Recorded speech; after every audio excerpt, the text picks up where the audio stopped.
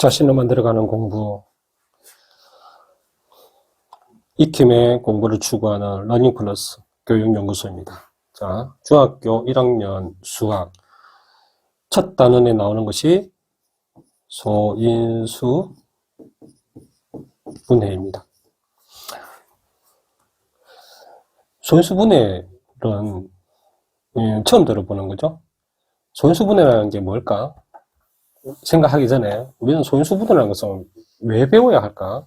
그거 먼저 생각을 해야 되겠죠.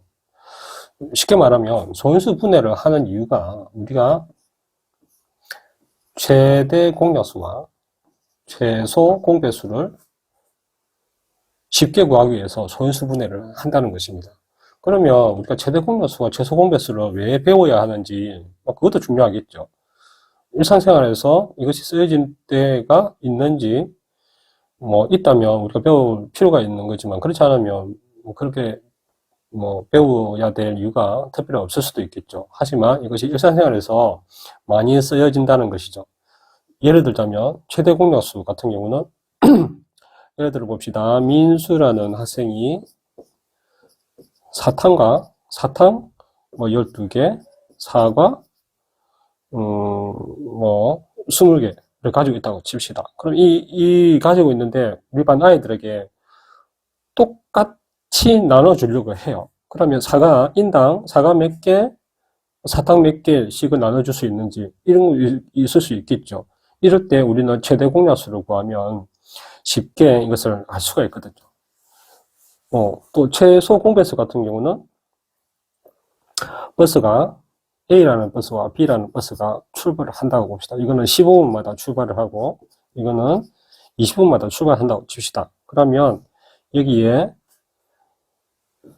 이 정류장에 A와 B가 이 정류장에 동시에 도착할 수 있는 시간은 얼마나 될까? 라는 것이죠.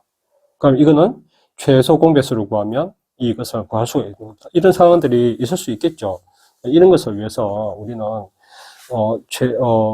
소인수 분해를 배우게 된다는 것입니다. 그럼 소인수 분해라는 게 그럼 뭘까요? 소인수 분해.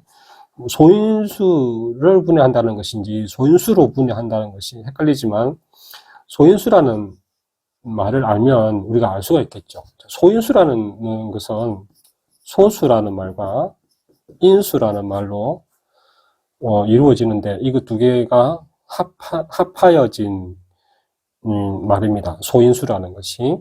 그러면 우리가 소수가 뭐고 인수가 뭔지 우리가 처음 들어보는 거잖아요. 그러면 먼저 인수라는 것부터 해봅시다. 인수는 쉽게 말하면 우리가 약수라고 생각하시면 돼요. 약수. 초등학교 때 우리가 약수라는 거 배웠잖아요. 약수라는 것이 두 수를 곱해서 어떤 수가 나왔을 때 이 두 수는 이 수의 약수이다라고 얘기를 하죠.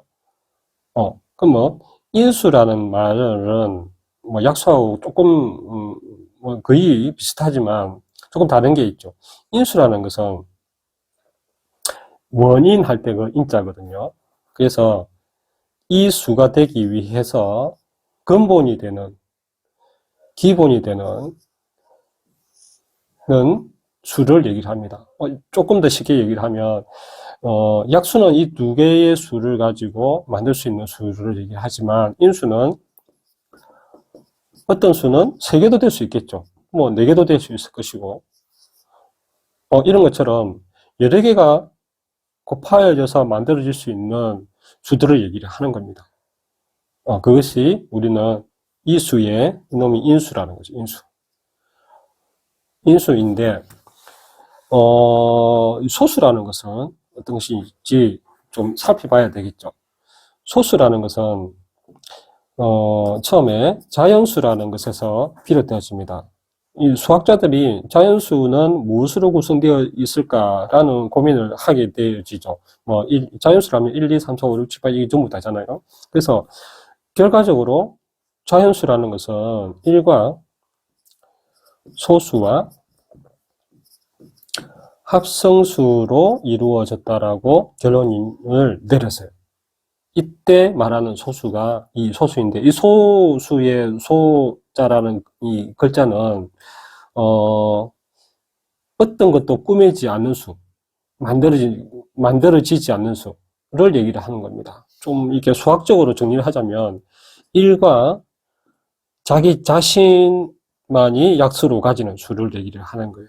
뭐 쉽게 말하면 1 곱하기 2는 2. 1과 자기 자신을 약수로 가지는 수가 소수라는 거죠. 그럼 2는 소수라는 거죠. 그러면 1 곱하기 3은요, 이것도 자기 자신만,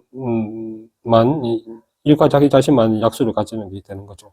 그러면 4는 어떨까요? 4는 1 곱하기 4가 되고 2 곱하기 2도 4가 되는 거죠.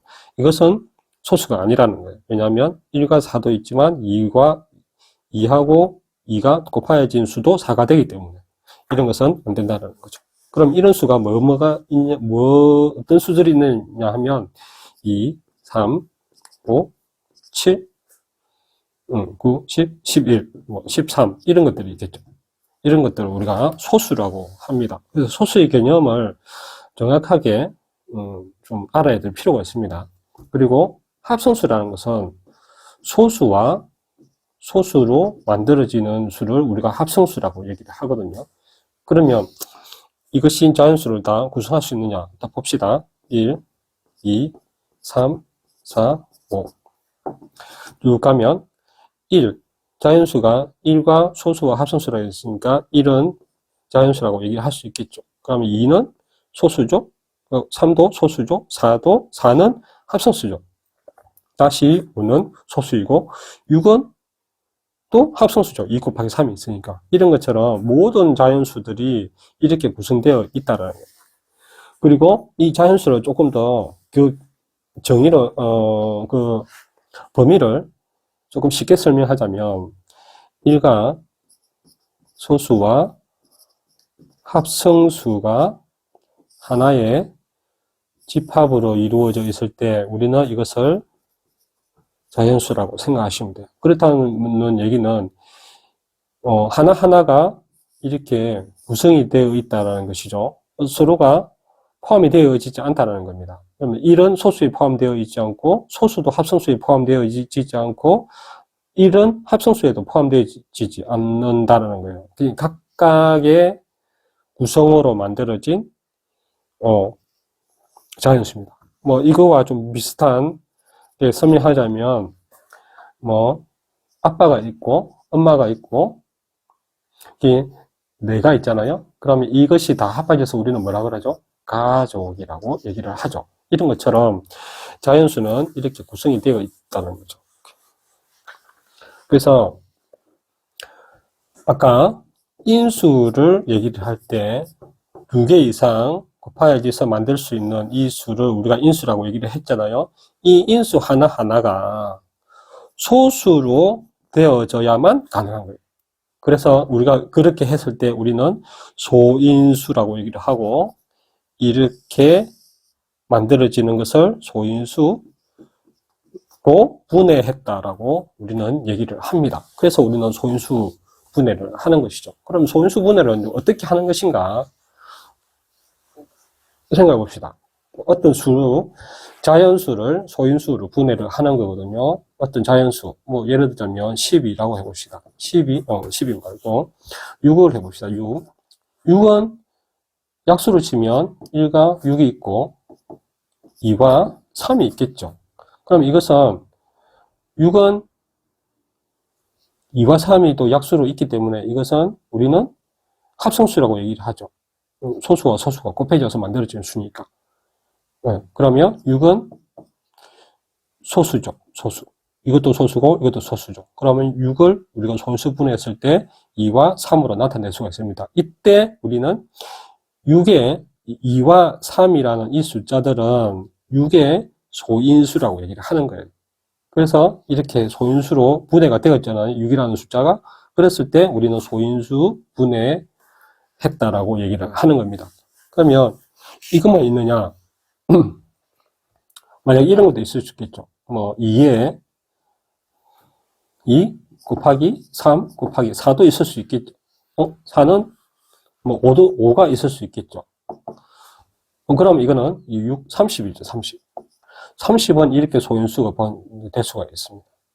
그렇겠죠? 근데 또 하나 더 해볼까요? 그러면 이게 소인수가 될 수 있는 것은 또, 7도 될 수 있겠죠. 7은, 그럼 여기 30에서 7을 곱했으니까 210이 되겠죠, 210. 210은 이렇게 만들어 소인수로 분해했다라고 할 수가 있습니다. 이런 경우가 이런 경우도 있지만 또 다른 경우도 있습니다. 만약에 12라는 것을 소인수 분해해 봅시다. 12는 3 곱하기 4죠. 그렇죠? 그럼 이거는 둘 다